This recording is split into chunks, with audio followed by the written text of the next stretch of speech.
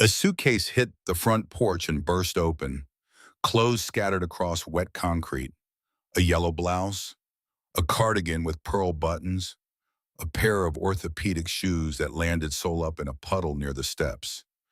A hand had shoved hard between her shoulder blades, not a push, a dismissal, and Leonora Ashford stumbled forward and grabbed the iron railing with both hands to keep from going down.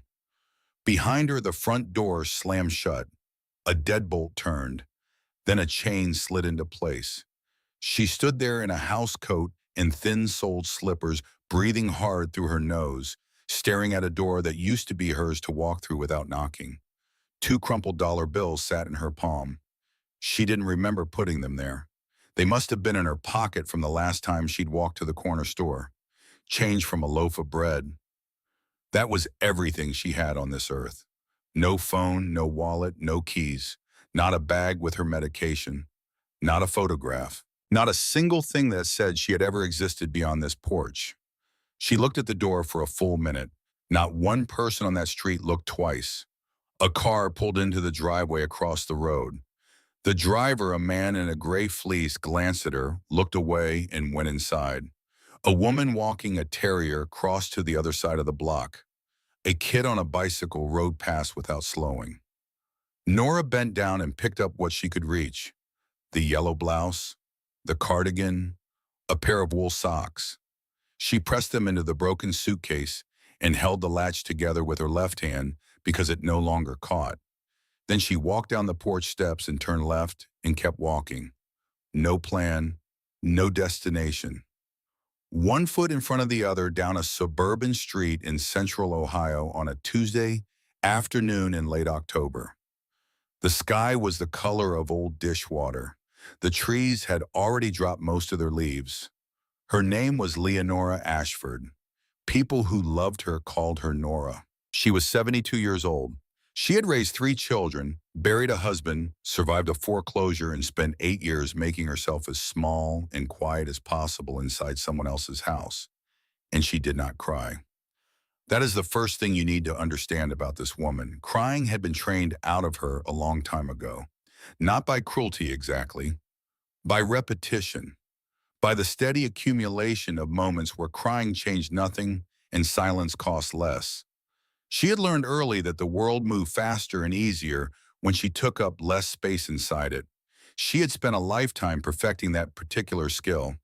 She was still perfecting it as she walked down the street with a broken suitcase and $2. To understand how Nora ended up on that porch, you have to go back 8 years. Fletcher Ashford died on a Saturday morning in March of 2016. He was 68 years old, and he was changing the oil on his truck when his heart simply stopped. Nora found him in the garage at 10:30 when she went to call him in for breakfast. He was on the concrete floor next to the truck with a wrench still in his hand. The coffee she'd poured for him was still warm on the kitchen counter. Fletcher had handled the money. All of it. Every bill, every tax return, every savings account. He handled it the way men of his generation often did, quietly, completely, without explanation. Nora never asked to see a statement. She never questioned the arrangement. That was the deal they had built their marriage on, and for 31 years it had seemed to work.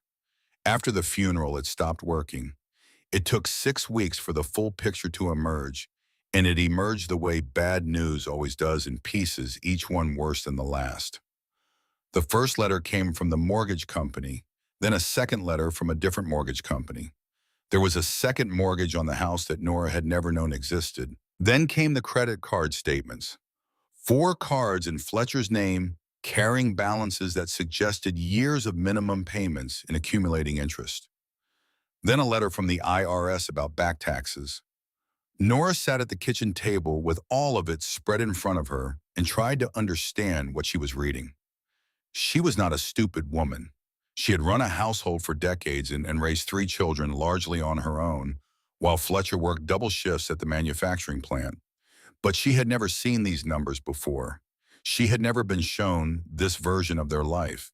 She hired an accountant.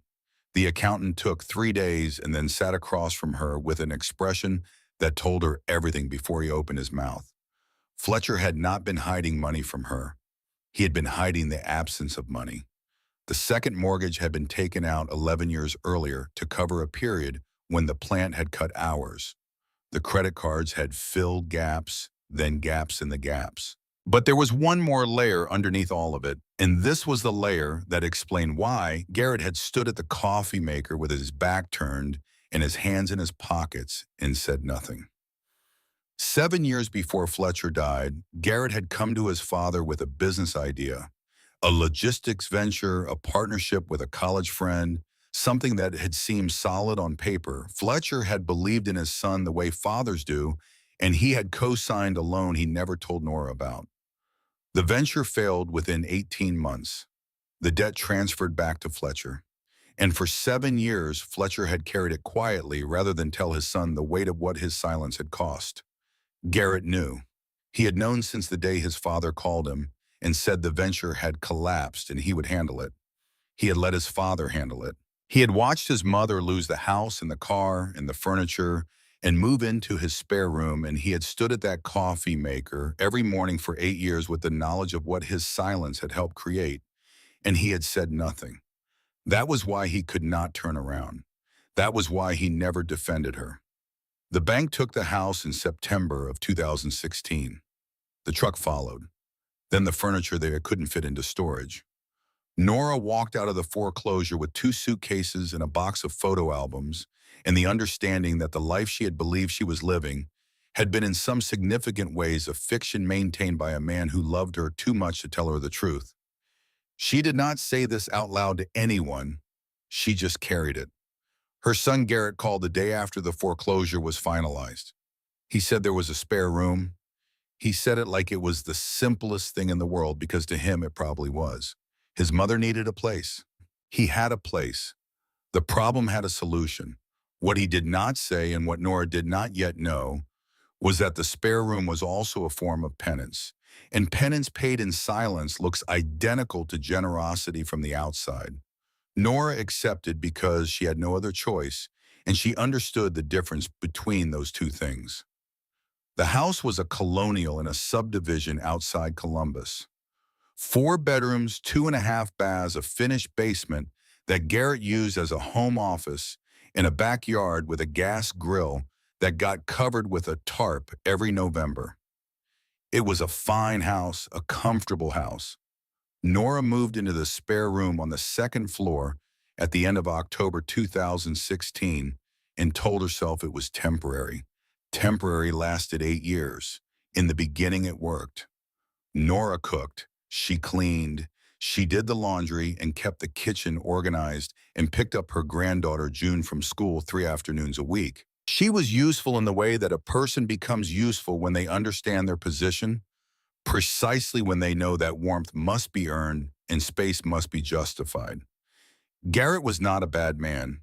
He was a man who had learned somewhere along the way to avoid conflict by letting it resolve itself. He had a good job in corporate logistics, in a nice car, and a love for his mother that was genuine but untested.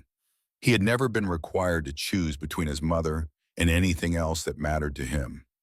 When that requirement came, the choice he made revealed something about him that Nora suspected but had never wanted to confirm. Miriam was the one who ran the household. She was 49, a project manager, precise and organized, and deeply uncomfortable with uncertainty. She had grown up watching her own mother dissolve slowly into dependency. First small things, then larger things, then everything, until Miriam's teenage years had been structured entirely around managing a woman who could not manage herself. Her mother had died in a Medicaid nursing facility at 63 in a room with a window that faced a parking lot. Miriam had decided with the quiet ferocity of someone who has been burned that she would never be that person's child. She would never let love become obligation, become resentment, become a room with a parking lot view. That decision had been reasonable and understandable, and it had shaped everything that followed. The comments started in year 3. Little ones first, Miriam would mention the water bill and let her eyes drift toward the hallway where Nora's room was. She would sigh while putting groceries away and say something about how quickly things ran out with an extra person in the house. She would make observations about the cost of utilities in winter, about the wear on the washing machine, about how 3 people ate compared to 2. Nora heard every word. She had spent a lifetime hearing things that weren't said directly. She said nothing, she cooked more. She cleaned more. She ate after Garrett and Miriam. She turned her television down to near silence. She stopped using the downstairs bathroom during morning hours so the schedule wouldn't be disrupted. By year 5, the comments weren't comments anymore. They were conversations that happened in the master bedroom with the door not quite closed, loud enough. Miriam's voice carrying through the wall with the particular clarity of someone who is not entirely sure whether they want to be overheard. She said the house was too crowded. She said 3 adults in one space was not what she had planned for. She said they needed to think about options. Real options, not just leave things the way they were indefinitely. Garrett's voice was lower, harder to make out, but he never raised it. He never pushed back. He let Miriam talk until she was done, and then he agreed in the tone of a man who has decided that agreement is a form of survival. Nora lay in her bed on the other side of the wall and stared at the ceiling and thought about her mother. Iris Calloway had died alone in a cabin in upstate New York in the winter of 1990. Pneumonia. No one found her for 3 days. She had been 61 years old. Nora had been 38, living in Ohio with 3 kids and a husband who needed dinner on the table, and when the call came from a county sheriff's deputy in a town called Millhaven, she had wept for 2 days and then told herself she would deal with it later. Later had never come. The cabin had been sealed according to Iris's will. The instructions were specific enough to be strange: seal the cabin, do not sell it, do not rent it, do not open it. Nora had always thought that was eccentric. Her mother had always been a private woman, a contained woman, someone who kept her own counsel and rarely explained herself. Nora had assumed the instructions were about pride, about not wanting her things picked through by strangers. She had not gone back to Millhaven for the funeral. She had not gone back for any reason in the 34 years since. She had told herself she would someday. Someday was still waiting when Miriam slid the brochures across the kitchen table on a Tuesday morning in October 2024. Nora was eating toast when it happened. She heard Miriam come downstairs, heard the deliberate way she walked into the kitchen and placed both palms flat on the counter. That sound, flat palms on a counter, meant a prepared conversation. Nora had heard it before about smaller things. She put down her toast. Miriam said she wanted to talk. She said they had been looking into options: senior living communities, assisted care. There were some really good ones, not far away places with activities and people. Nora's own age places where she'd have her own space and her own routine. She said it would be better for everyone. She pushed 3 brochures across the table. Nora looked at them. Then she looked at Garrett. He was standing at the coffee maker with his back turned. He had not moved since she looked up. He would not turn around. She watched the back of his shoulders and understood something she had been refusing to understand for a long time: that her son was not going to speak. Not now, not in her defense, not in any way that cost him anything. The debt he carried from his father's silence had become his own silence, and he would stand at the coffee maker until this was over, and then he would go to work, and the thing would be done, and he would never have to meet her eyes during it. Nora said she understood. She got up from the table and left her toast half-eaten and went to her room and started packing. It did not take long. She had never accumulated much. She had learned not to. She had her 2 suitcases open on the bed and half-filled when Miriam appeared in the doorway. Her voice was different now, less prepared. She said a friend had called about a facility that had an opening right now today, and she thought it was better to move on it quickly. Nora asked for one more day. Miriam said no. She said it quietly, without cruelty, without pleasure. She said it the way someone says something they have already decided and do not intend to reconsider.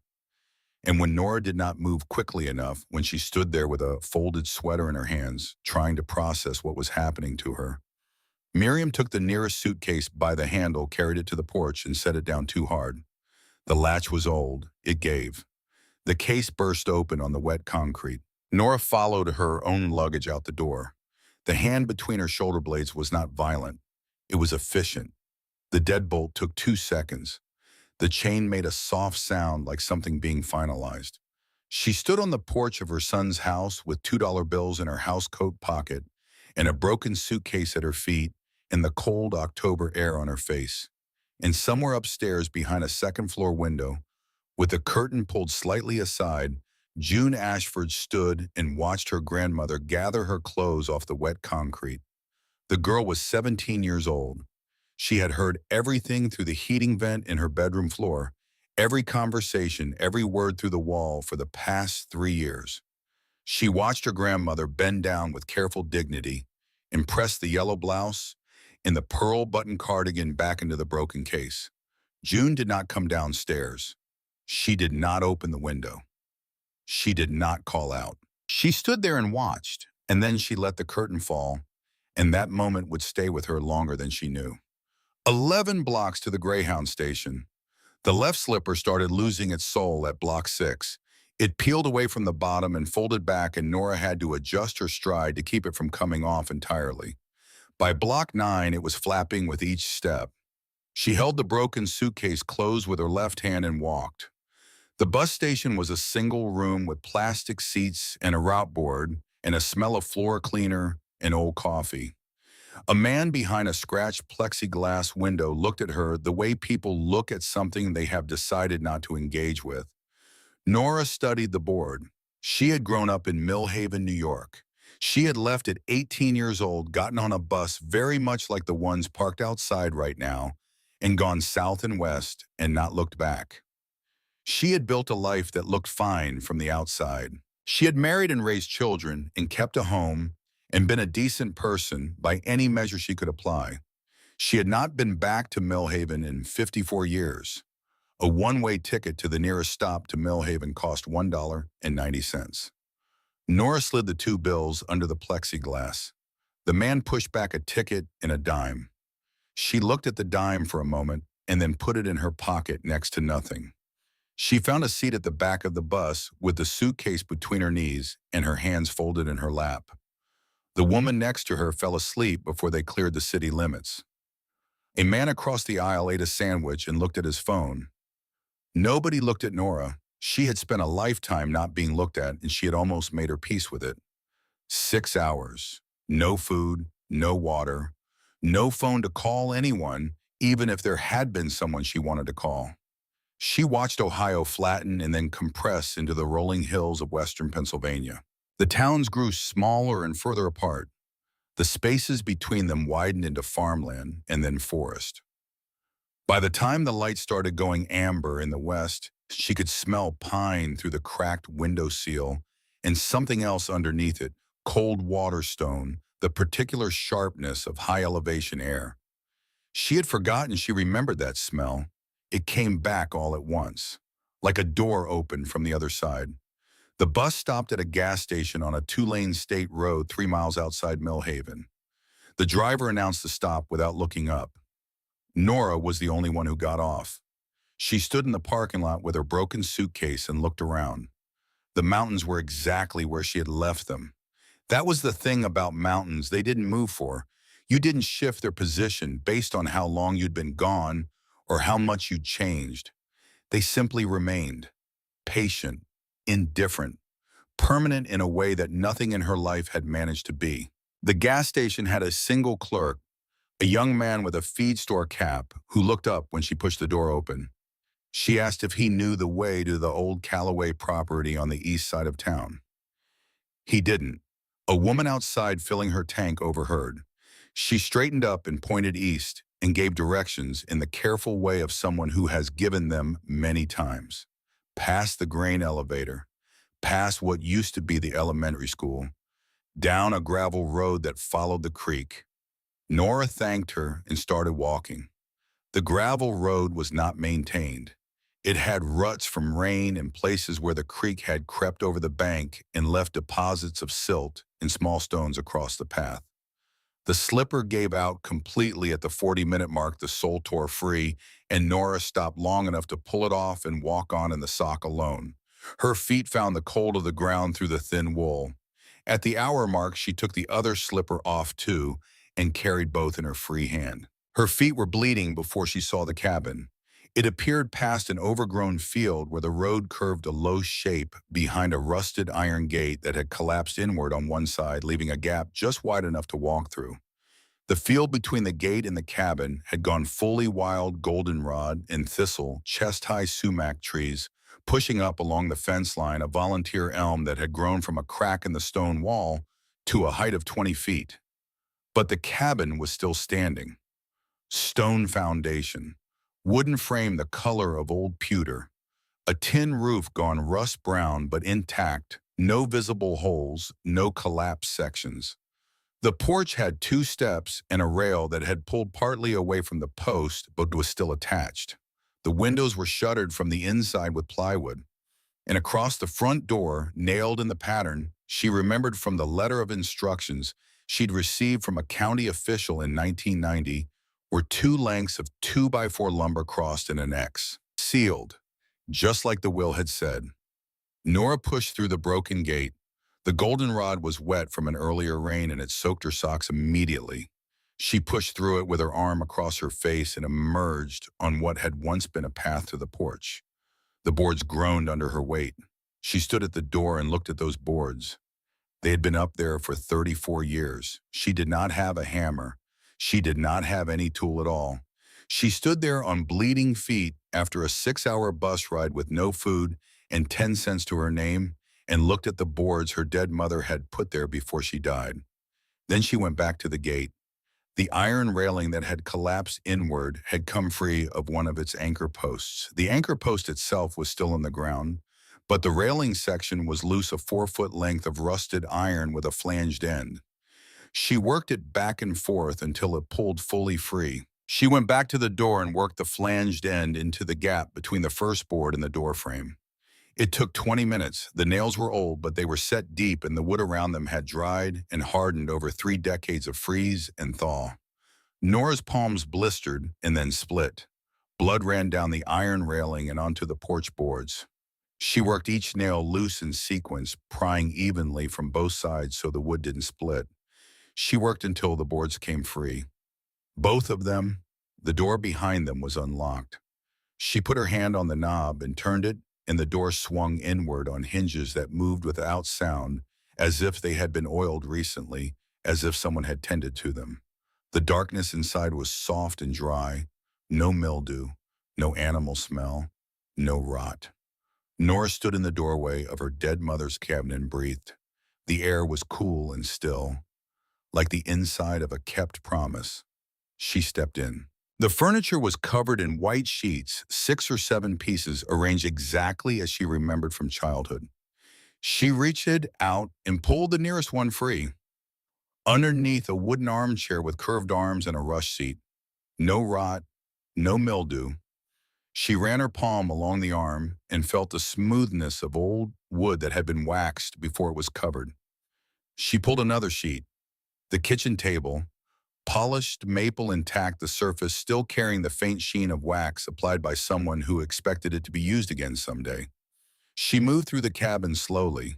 She opened cabinets, dishes stacked in order, glasses without a crack. She opened the drawer beside the sink, and her mother's kitchen scissors were in the same place they had always been, the small drawer to the right of the sink blade end back. She stood and held the scissors for a moment. They were just scissors. But they were her mother's scissors, and they were exactly where her mother had put them. And after the day she had just lived through, that precision felt like something close to grace. The pantry shelf held jars, preserves, pickled vegetables, wax-sealed lids still tight. A jar of peach preserves with the year written on the masking tape label in her mother's block printing. 1989, a year before Iris died. Nora took the peach jar down and held it. She walked to the cast iron sink and worked the hand pump. It was stiff at first. She primed it with the small jug of water that sat beside it, and after 4 or 5 strokes, the water came up cold and clear. She cupped her hands and drank. The taste was iron and cold stone, and something else she couldn't name. Her mother had drunk this water every day of her life in this cabin. Nora set the peach jar on the table and stood in the middle of her dead mother's kitchen and felt something she had not felt in so long she had nearly forgotten the word for it. Safe. Not comfortable, not warm, not provided for. Just safe. No one was going to come to this door tonight. No one was going to slide anything across the table at her. No one was going to turn their back while her life was being arranged without her input.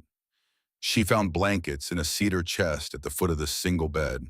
She made a place on the sofa. She opened the peach preserves and ate half the jar with the kitchen spoon she found in the drawer beside the scissors. 34 years in a sealed jar. They were still sweet.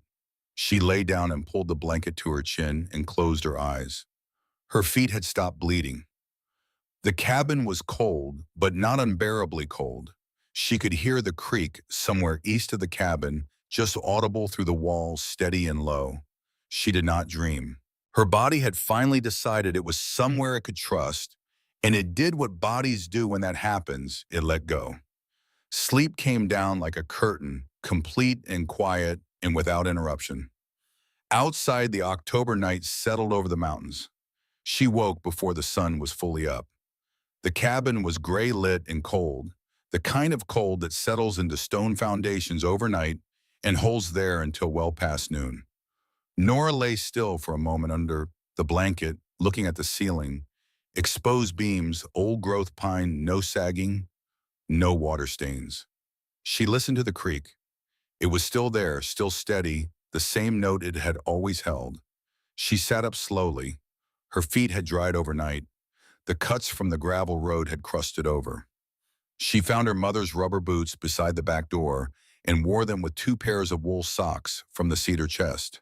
She found a heavy wool cardigan on a hook in the back hallway, dark green, the kind of garment made to last. She put it on over her house coat and opened the interior shutters one by one. Each window she uncovered changed the quality of light in the space. By the time she had opened the last one in the back bedroom, the cabin had filled with the pale gold of early morning, filtered through bare trees, and it looked like something that had been waiting patiently for exactly this, to be let in again, to be seen. She stood in the kitchen and ate the second half of the peach preserves, standing up straight from the jar, and washed it down with cold water from the pump. Then she went to the fireplace. On the mantel, half hidden behind a framed photograph, her mother and an older woman she didn't know standing in front of what looked like the grain elevator in town summer, both of them squinting into the sun, was an envelope, yellowed with age, sealed with red wax that had hardened and darkened to the color of dried blood. On the front, in her mother's careful block, printing a single word, Leonora, not Nora, her full name, the name on her birth certificate, the name Iris had given her and almost no one had used since. Nora picked it up and held it for a long time without opening it. Then she broke the wax and opened it. The letter inside was 2 pages written on lined paper in the same block printing as the envelope. The ink had faded slightly, but every word was legible. Iris Calloway had written clearly and deliberately, as she had done everything in her life. The letter began with 3 words.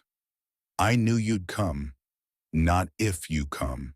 Not, I hoped you would, I knew you'd come, said with the absolute certainty of a woman who had spent 34 years being right about the one thing that mattered most to her.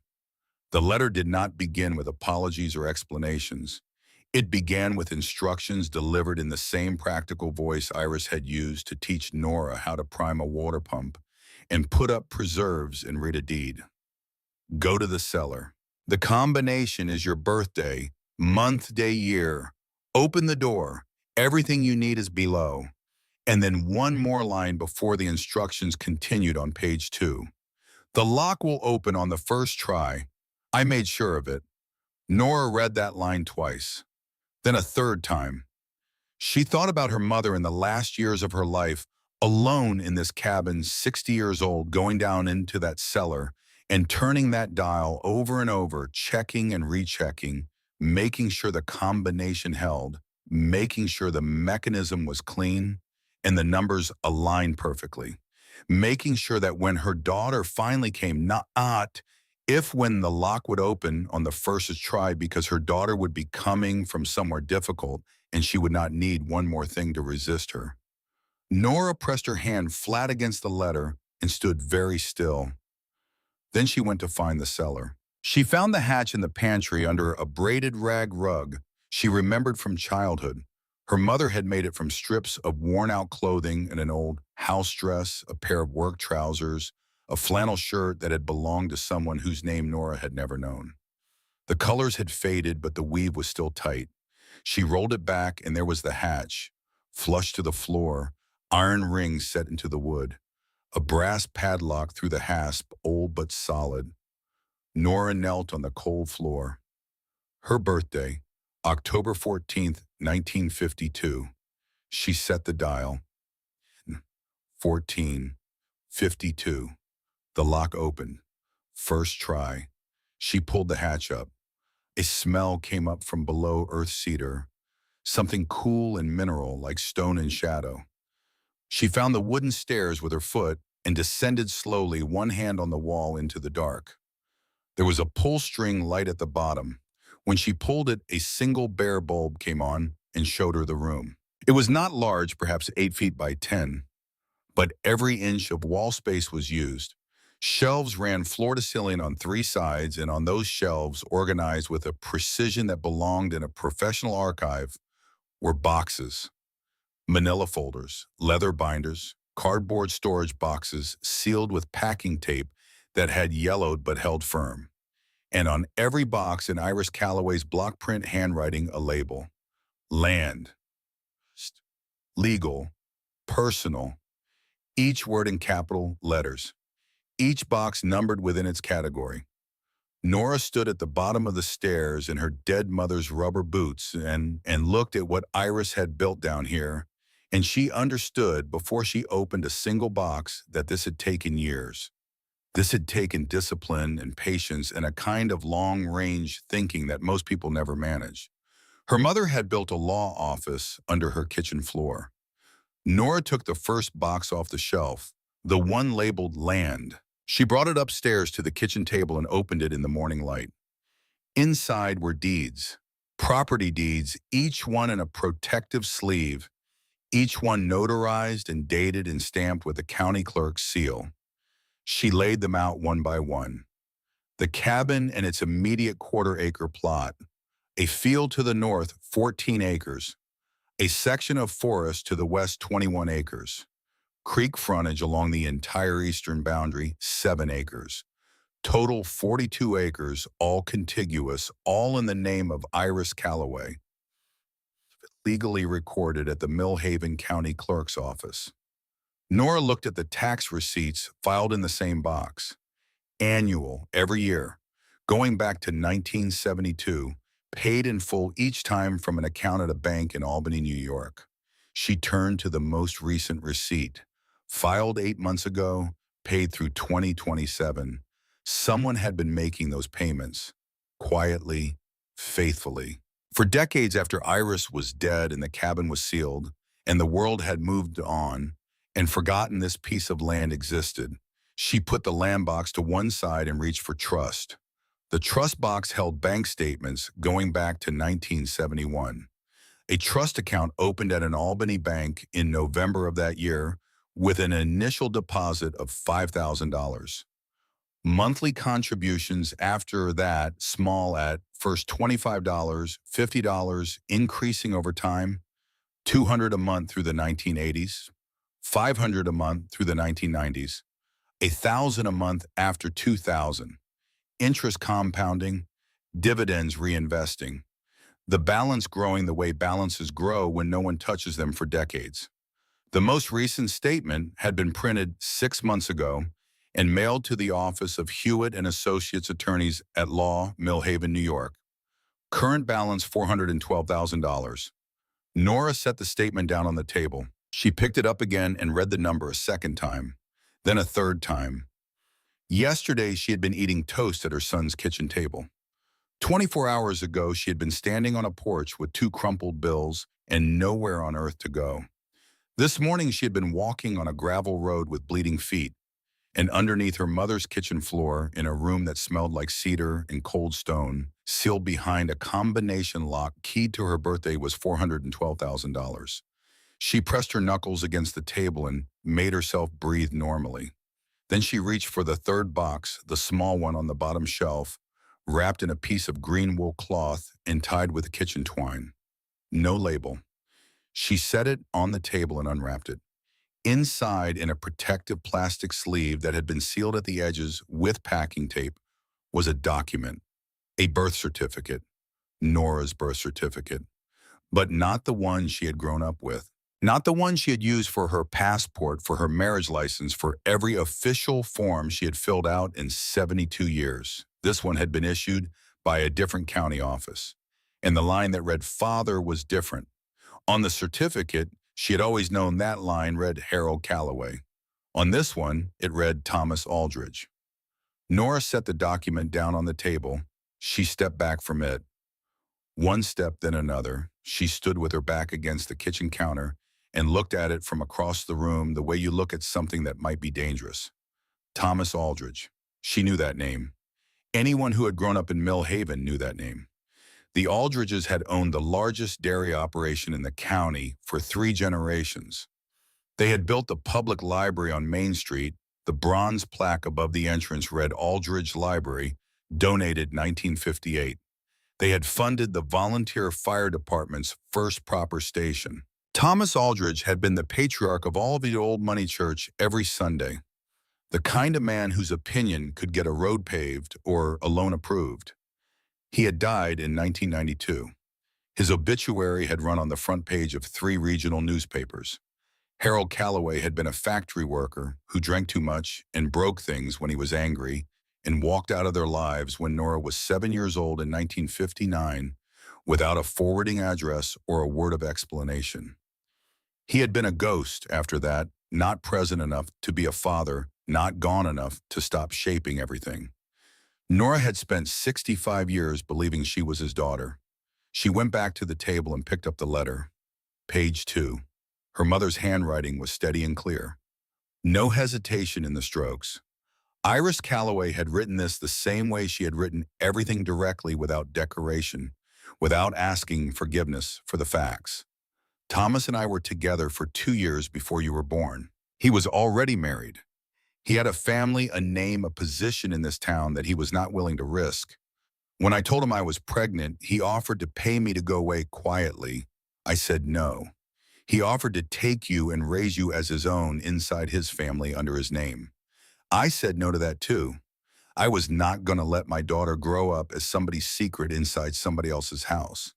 He didn't push. He accepted my terms. He set up the trust account himself through his attorney, Franklin Hewitt.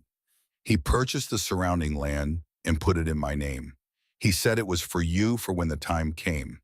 He asked only that I never tell his family.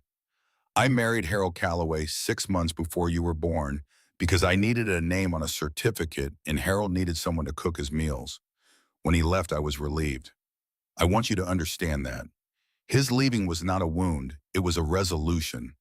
I sealed the cabin because I did not trust Thomas's family after he was gone. They are land people. They see acreage and they see money, and they do not stop until they have acquired what they believe belongs to them. If they found out about you after I was gone, they would have come for the land. They would have challenged the trust. They would have buried everything under paperwork and legal fees until there was nothing left to claim. So I buried it first, in a place only you could find, in a room only your birthday could open. I knew you would need it someday. I knew the world would give you reasons to need it.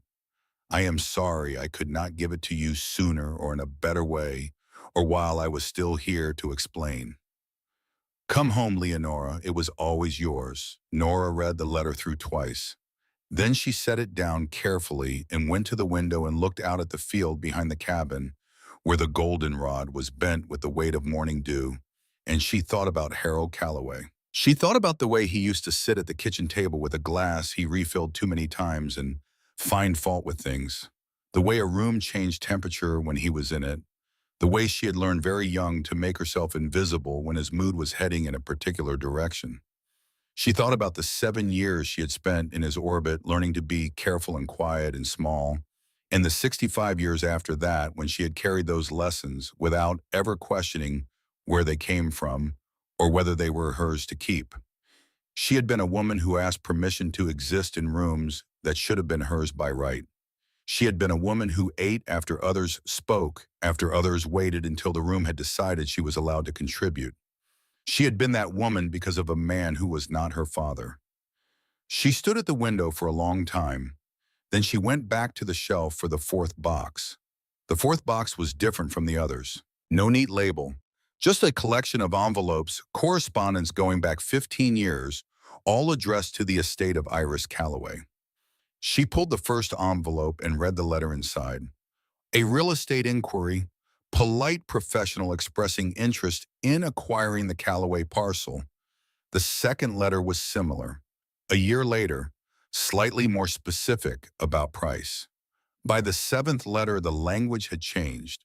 Words like unresolved estate and county procedure and timeline for adverse claim. By the 11th, the letterhead read Aldridge Land Partners LLC, and the attorney's name at the bottom was associated with one of Albany's largest property firms. 11 letters, spanning 15 years, each one circling the same piece of land like something patient and inevitable. And the most recent letter, dated 3 weeks ago, contained language that Nora understood well enough without understanding all of it. The Aldridge entity was preparing to file for adverse possession through the county court. They believed the property had been abandoned. They believed there was no living heir. The filing date was scheduled for the following week. Nora read that line twice. She had arrived with days to spare, possibly less. She stacked the 4 boxes in a careful row on the kitchen table and stood back and looked at them. 4 boxes, 4 decades of quiet preparation, a trust account that had grown in silence, a land holding that had been tended and taxed and kept current through the deaths of 2 people and the indifference of a world that had never known it existed. Her mother had done all of this, a woman with no legal training, no money of her own beyond what Thomas Aldridge had provided, no allies she had ever mentioned, had built this with patience and discipline and a belief that was absolute that her daughter would come, that she would need it, that the door would hold until she got there. Nora sat down in the chair by the fireplace. Her mother's chair, the one with the curved arms and the rush seat. The cushion was the same fabric, the same pattern of faded blue flowers. She sat in it and thought about Iris, about what it had cost her to keep the secret, to live in this cabin alone for decades without telling her daughter why. She thought about the winter of 1990, Iris, alone in this room with pneumonia, getting worse, too proud or too careful to call the one person who might have come. She thought about 3 days passing before anyone found her. Iris had chosen the secret over the rescue. She had decided at the end that the thing she was protecting mattered more than being found in time. Nora did not know if that was wisdom or stubbornness or love so deep it had become indistinguishable from all three. She suspected it was all three at once, which was probably the truest thing about her mother she had ever understood. She had 2 choices.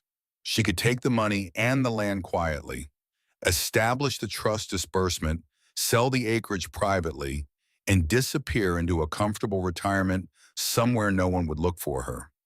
Or she could do what her mother had never been able to do. She could walk into town and say her name out loud.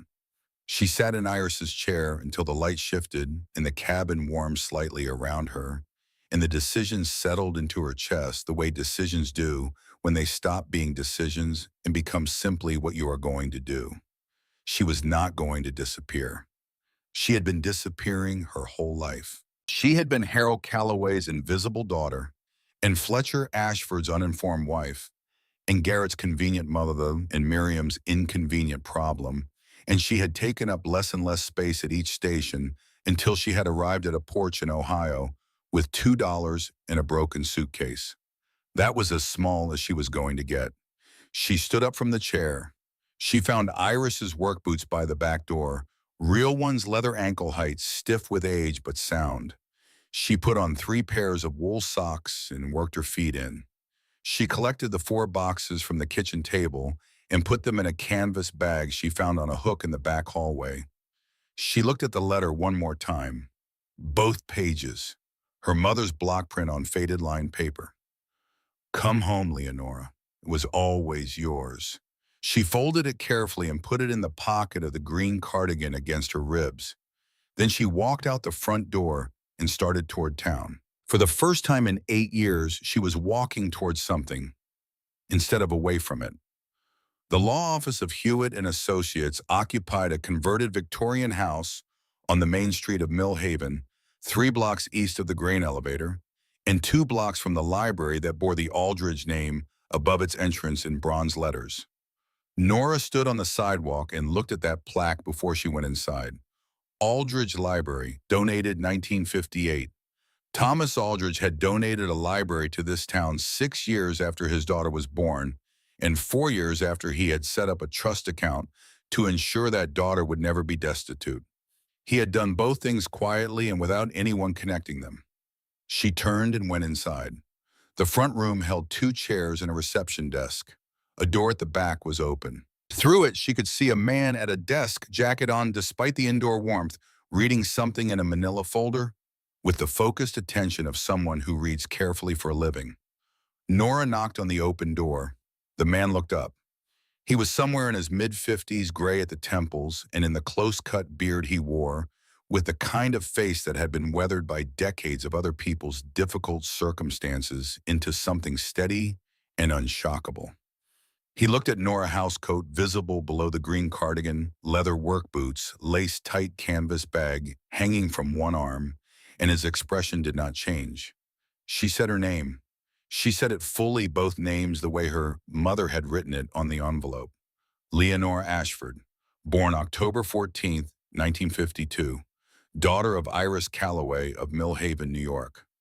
The man set down the folder. He was quiet for a moment, very still, in the way of someone who has just heard something they have been waiting a long time to hear and needs a moment to confirm it is real. Then he said his name, Calhoun Hewitt. He said people called him Cal. He asked her to sit down. Cal Hewitt opened the bottom left drawer of his desk and lifted out a file. Thick, 2 inches, at least the edges of the folders inside softened with age, the corners bent from years of being consulted and replaced. He set it on the desk between them and put both hands flat on top of it.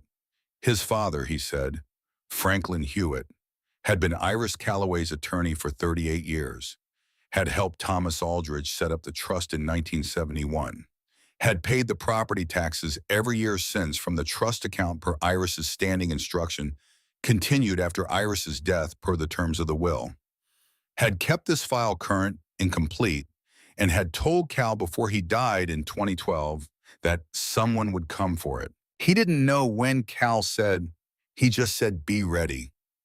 Cal had been ready for 12 years. Then he told her the other thing. Aldridge Land Partners had filed the preliminary paperwork for adverse possession 3 days ago. The full filing was scheduled for Thursday of the following week. Today was Wednesday. Nora had arrived with 1 day to spare. She opened the canvas bag and set the boxes on his desk one at a time. Land, trust, legal, personal. She unwrapped the green wool cloth from the 4th box and slid the birth certificate in its plastic sleeve across to him. Cal looked at each item carefully, unhurried. He read the birth certificate. He checked the trust statements against his own records. He read the correspondence from Aldridge Land Partners without any change in expression. Then he looked at her and said, everything matches. Everything is exactly what it should be. He asked if she was prepared to proceed. Nora said yes. The first filing went in that afternoon. Cal worked quickly and without wasted motion the way a man works when he has been mentally preparing for something for over a decade. He filed a notice of claim establishing Nora as the living heir to the Iris Calloway estate. He filed a motion to halt the Aldridge adverse possession proceeding. He attached the birth certificate, the land deeds, the trust documentation, and a certified copy of Iris's will, held in the Hewitt firm's vault since 1991, which named Leonora Calloway Ashford as sole beneficiary. The Aldridge response came in 2 days. 3 attorneys from a firm in Albany arrived at the county courthouse with a filing that was, Cal said when he called her impressively thorough for something assembled in 48 hours. They challenged the authenticity of the birth certificate. They challenged the chain of title on the land deeds. They filed a motion to freeze the trust account. And they filed a separate motion requesting that the court appoint a guardian on the grounds that the claimant was a homeless individual with no verifiable address making claims of an outlandish nature. That was the word they used, outlandish. Nora read it once and folded the document and put it with the others and started a fire in the fireplace for the first time since she'd arrived. She sat by the fire and thought about that word. She had lived 72 years. She had raised 3 children and kept a household and endured a marriage that was sometimes kind and sometimes not, and given her best years to other people's comfort without ever once asking for recognition. She had been thrown out of her son's house with $2 and had walked 11 blocks and ridden 6 hours on a bus and walked 3 miles on a gravel road in the dark on bleeding feet and had pried open a sealed door with a rusted iron railing because there was nowhere else on earth for her to go. And she had found what her mother left her. Outlandish. She put another log on the fire and let the word burn. The first hearing was on a Thursday morning 3 weeks after Cal's initial filing. The courtroom was small, as county courtrooms tend to be dark wood paneling, fluorescent lighting, the smell of old paper, and institutional carpet. Nora wore a dress she had bought at the thrift store on Main Street, dark blue wool fitted at the shoulders. She had found a pair of low heels in a consignment shop nearly her size and wore them with wool stockings because the October cold had settled permanently now. She sat at the plaintiff's table beside Cal and looked forward. The 3 Aldridge attorneys arranged their materials with the efficient confidence of people who win most of their cases. The lead attorney, a tall man with silver-framed glasses and a voice calibrated for projection, opened by describing Nora in terms that made her sound like a cautionary tale. An elderly homeless woman with no fixed address, no verifiable financial history, making claims against an established family with deep roots in the community, and a documented history of civic contribution going back 3 generations. He used the word outlandish again. Nora sat with her hands folded on the table and her back straight and her eyes forward. Cal responded with documents. He laid them out in sequence: the birth certificate, the chain of title, the trust records, the tax receipts going back 52 years, his own father's case notes from meetings with both Iris Calloway and Thomas Aldridge in 1971. He presented the will properly executed and witnessed held in continuous legal custody since 1991. The judge reviewed everything and ordered a 60-day discovery period. Outside on the courthouse steps, one of the Aldridge attorneys approached Cal and said in a tone meant to sound reasonable that his clients were prepared to discuss a settlement. A modest payment, a clean release of all claims. Nora, standing 2 steps below, said nothing. She looked at the attorney until he looked away. Then she walked down the remaining steps and turned toward Main Street. She had not come this far to settle. The hardest night came in the 4th week. Cal called in the evening, his voice carrying a particular flatness she had come to recognize as the sound of a problem he hadn't solved yet. The Aldridge team had hired a forensic document examiner from New York City. The examiner had submitted a preliminary report questioning the authenticity of the handwritten letter from Thomas Aldridge. The letter dated 1988, 4 years before his death, in which he had acknowledged Nora as his biological daughter and affirmed the trust. The examiner noted inconsistencies in ink aging and paper composition. If the motion to exclude succeeded, Cal said the case became significantly harder. They would need their own examiner. Someone in Washington, well-credentialed. 2 weeks for a report. Nora said to proceed. She put down the telephone and sat in the dark kitchen without lighting the lamp. The doubt that came in that darkness was not about Thomas Aldridge. She did not doubt the birth certificate or the trust or what her mother had told her in 2 pages of careful block print. She believed all of it with the certainty of something felt in the body before it is understood in the mind.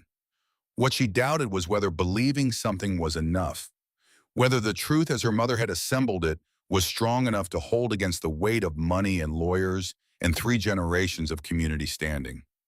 Iris had built something extraordinary in that cellar, but she had also died alone in a cold cabin because she had chosen the secret over the rescue.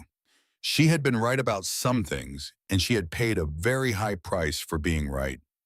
Nora sat in the dark and let the doubt be there. She didn't fight it. You had to let it say what it came to say, and then decide what you were going to do in the morning regardless. She got up and lit the lamp. She went to the pantry shelf and took down the 4th box and brought it to the table. She went through it again now slowly in lamplight with the kind of attention that comes from having nothing left to lose. At the very bottom of the box beneath a folded piece of oilcloth she had taken to be wrapping material was a small envelope, smaller than the one on the mantel. The flap was simply folded in. Inside were photographs, 6 of them, black and white, small format. The first showed 2 people standing in front of a stone wall.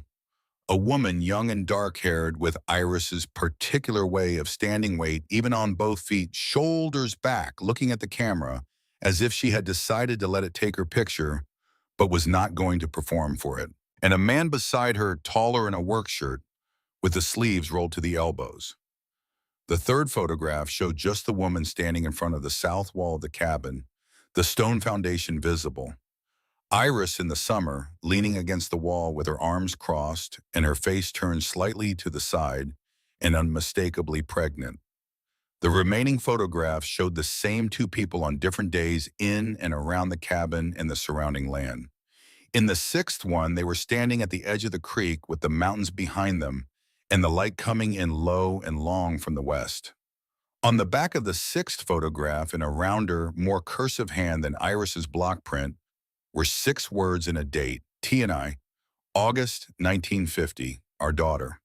Thomas Aldrich had written those words. He had held this photograph and turned it over and written on the back of it before she was born, before she had a name, before any of it had become the complicated thing it became. He had known she was coming, and he had called her his. Our daughter. Nora put the photographs in a separate envelope and called Cal at 7 in the morning.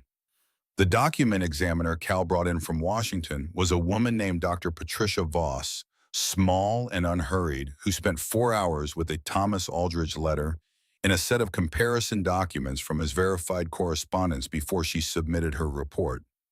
The ink was consistent with fountain pen formulations in common use in the late 1980s. The paper composition matched stock available and widely used in that period. The handwriting matched verified Aldrich samples at 17 distinct points of comparison. The aging patterns were consistent with genuine documents of that date and showed no evidence of artificial acceleration. The letter was authentic. The Aldrich motion to exclude was denied. And when Cal presented the 6 photographs at the following hearing, authenticated by Dr. Voss as consistent with small format photography of the early 1950s, the handwriting on the reverse confirmed as matching Thomas Aldrich's hand. The atmosphere in the courtroom changed. It changed quietly. Courtrooms rarely change any other way, but Nora felt it in the slight contraction in the Aldrich attorney's posture, the pause before responses that had previously been immediate. They had been operating on the assumption that the claim would collapse under pressure. The photographs did not collapse under pressure. They were her mother and her father standing at the edge of a creek in August light. They were a man writing on the back of a picture the 2 most important words he knew. They were the proof that whatever arrangement had been made between Iris Calloway and Thomas Aldrich, it had not been cold. There had been something between them that neither of them could fully protect or fully surrender, and they had each carried it in their own way until they died. Nora looked at those photographs in the courtroom and felt for the first time something toward Thomas Aldrich that was not simply the complicated recognition of a biological fact. She felt something closer to gratitude. The final hearing was on a Tuesday morning in late November. The Aldrich attorneys arrived with fewer documents than they had brought to previous hearings. The lead attorney made his remaining arguments carefully and professionally and without the word outlandish. And then Warren Aldridge walked in. Nora had not seen him before. He had not attended any previous hearing. He was in his late 60s, tall, with the kind of face that carries the evidence of its own history in the lines around the eyes and the set of the jaw. He was dressed simply, no suit, no performance. He walked to the front of the courtroom and sat down in the gallery, not at the attorney's table, and he looked at Nora. She looked back at him. This was her half-brother. She had not had a word for him before this moment. She had been focused on the legal reality of what she was claiming and had not spent much time on the human reality of what it meant for the family on the other side of it. He looked tired, not in the way of someone who hadn't slept, but in the way of someone who had been carrying something uncomfortable for a long amount of time and had finally arrived at the moment where they had to set it down in public.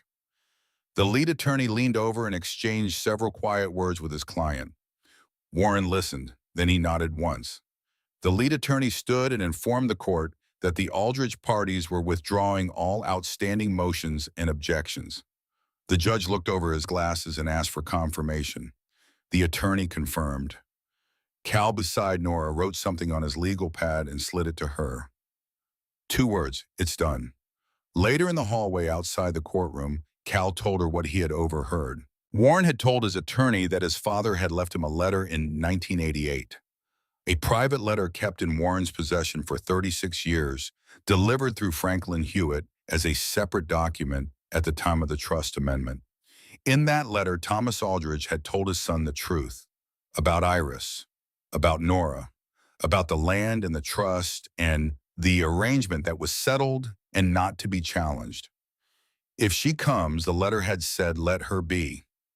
Warren had known for 36 years, he had hoped she would never come, that the property would eventually revert to the county and the whole thing would resolve itself without anyone sitting in a courtroom looking at the half-sister their father had kept secret.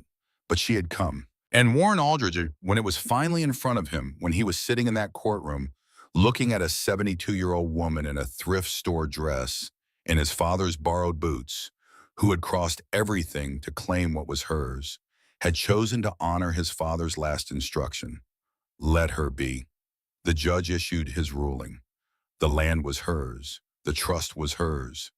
The estate of Iris Calloway passed in full to Leonora Ashford as sole heir. Nora came back to the cabin alone. Cal dropped her at the gate, and she walked up through the field. The goldenrod cut back. Now the path clear, the broken gate rehung on new hardware she had bought at the hardware store 2 weeks earlier. She walked up to the porch and stood there for a moment looking at the door. The 2x4 lumber was gone. She had taken it down herself the second day and stacked it along the woodpile. The door was just a door now, plain and solid, with a new lock she had installed herself. She went inside and sat at the kitchen table and did not do anything for a while. And then she cried. Not for herself, or not only for herself. She cried for Iris Calloway, who had been a young woman with no power and no allies and no one to advocate for her, who had been offered money to go away quietly and had said no, who had spent the next 38 years in a cabin in upstate New York building something in secret for a daughter she barely got to know, who had died alone in the winter because she had chosen the secret over the rescue, who had trusted absolutely and without any guarantee that the door she built would hold until the right person needed it. It had held. Nora pressed her hands against the table and let herself cry until she was done. Then she washed her face at the sink and looked out the window at the field and the mountains and the late afternoon light going amber over everything, and she started making plans. The roof was replaced in December by a local contractor named Gil Mabry, who had known Iris slightly and charged Nora half his standard rate because he said any daughter of Iris Calloway deserved a fair deal. She paid what he asked and made him coffee and let him tell her what he remembered about her mother, which was not much, but was more than she had had before. The plumbing was brought up to code in January. A gas line was run from the road and a proper stove installed in February. Electricity came in March, not because the oil lamps were insufficient, but because she wanted a refrigerator that hummed and a reading lamp by the chair, and a telephone she didn't have to drive to town to use. She kept the tin cup on the windowsill above the sink, where Iris had kept it, where it had been kept for as long as the cabin had stood.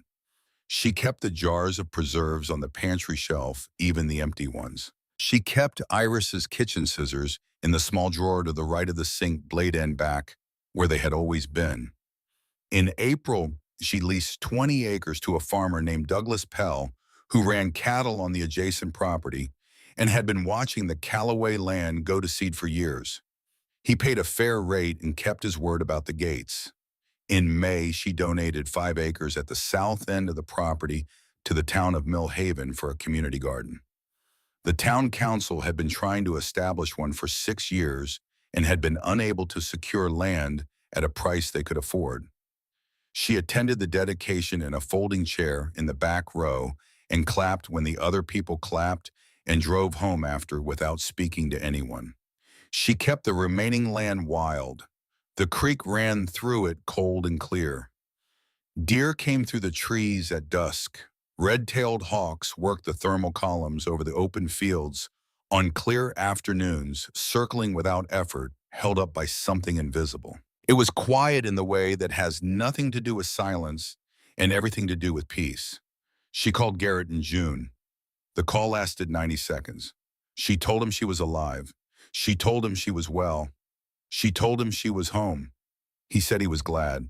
His voice carried the particular weight of a man who means what he says and also knows he forfeited the right to say it, the weight of 8 years of silence that had begun long before the morning of the coffee maker and had never once been addressed. He did not ask about Miriam. Nora did not mention her either.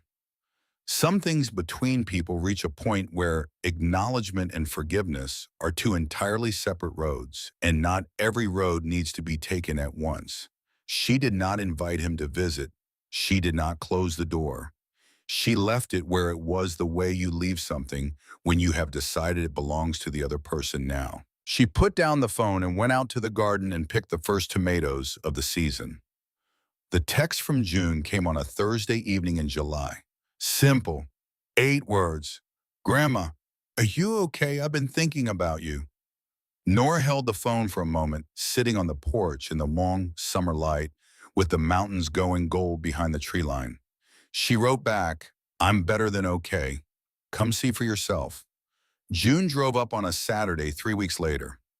6 hours in a used Honda with a crack in the windshield and a passenger seat full of gas station snacks she offered to Nora before she even said hello. She stood in front of the cabin gate and looked at the stone foundation and the new roof and the garden in full summer production and said quietly that it was beautiful. Then she looked at Nora and her face changed.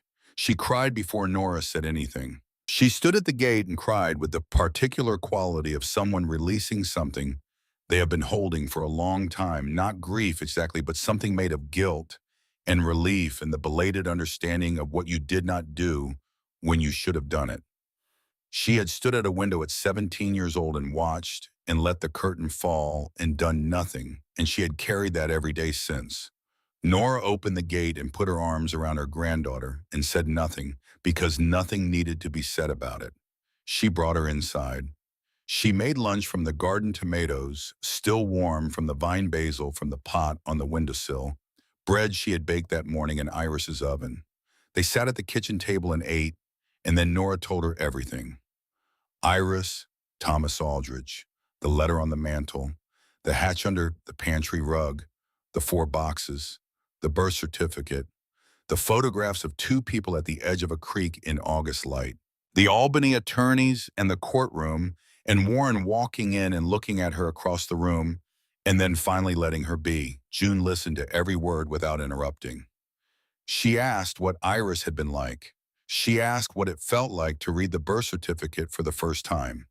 She asked about Warren. Then she asked, are you angry about any of it? Nora thought about the question seriously the way it deserved. She thought about Fletcher and the debt he had hidden. She thought about Garrett at the coffee maker. She thought about the morning of the flat palms on the counter and the deadline moved up and the latch that gave way. She thought about Harold Calloway, the ghost of a man who had never been her father, whose shadow had fallen across every room she had ever stood in and made it smaller. She thought about all the space she had not taken up, all the years she had made herself less than the room required. I was, she said, for a long time. She looked at the window, at the tin cup on the sill catching the afternoon light. Now I'm just here. June left at 6 in the evening, the Honda disappearing down the gravel road toward the county highway. At the end of the driveway, just before the road curved, the brake lights came on, and June put her hand out the window. Not a wave exactly, just a hand held up in the early evening air, open and still. Then the car went around the curve and the sound of it faded, and the ordinary sounds of the property came back: creek birds, the distant movement of Douglas Pell's cattle in the leased field. She'll come back, Nora thought. Not because she had to, because she wanted to. That was different from everything that had come before. She was 73 when the first full summer passed. She grew tomatoes and pole beans and basil in the garden behind the cabin. She read on the porch in the evenings when the light was good. She walked the full perimeter of the property twice a week, through the field and along the creek and up into the edge of the western forest and back. She learned where the deer bedded in the long grass near the creek. She learned where the hawks nested in the upper branches of the elm that had grown from the stone wall. She learned the property the way you learn something when you finally decide you are allowed to know it. Some mornings she took the tin cup from the windowsill and filled it at the hand pump and drank the cold water of Iris's well, standing at the sink looking out at the field. Some mornings she just picked it up and turned it in her hands, the metal worn smooth on one side from years of being held, the rim slightly dented, the bottom carrying the faint circular mark of decades of use. She set it back on the sill in the light where it had always been, and she went on with the day. Iris Calloway had been a woman with no power and no allies and no one standing behind her, and she had built something that held for 50 years in the dark, and it had been exactly enough at exactly the right moment. She had not lived to see it used. She had not been thanked for it. She had died before her daughter was old enough to understand what had been prepared for her. That was the thing about that kind of love. It did not require an audience. It did not need to be witnessed or acknowledged or returned. It just did what it was built to do in the dark for as long as it took, and it held until the door was open from the other side. Iris had not left her a house. She had not left her the money, not really, or the land, not at the deepest level. She had left her a door, one that only Leonore Ashford could open, keyed to the one fact that was hers alone. The day she was born, the date her mother had written on a combination lock and tested again and again in the dark of a cellar alone, making sure it would work, making sure it would hold, making sure that when the time came and her daughter arrived at the end of everything she thought she had, the door would open. First try. And it had been enough. It had been, in the end, more than enough.